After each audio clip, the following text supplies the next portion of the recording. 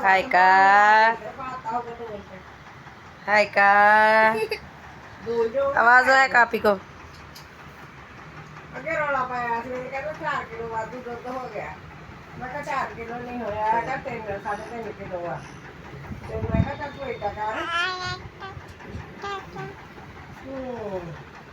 ਵਿੱਚ ਪਰਸੋਂ ਦਾ ਮੈਂ ਕਿਹਾ ਵੇਚਣਾ ਹੈਗਾ ਨਹੀਂ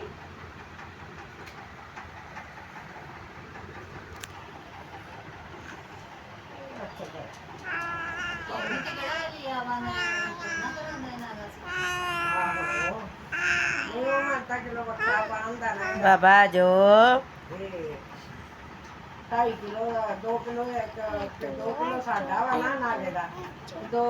ਕਿਲੋ ਇਹਦਾ ਵਾ ਉਹ ਵੱਖਰਾ ਵਾ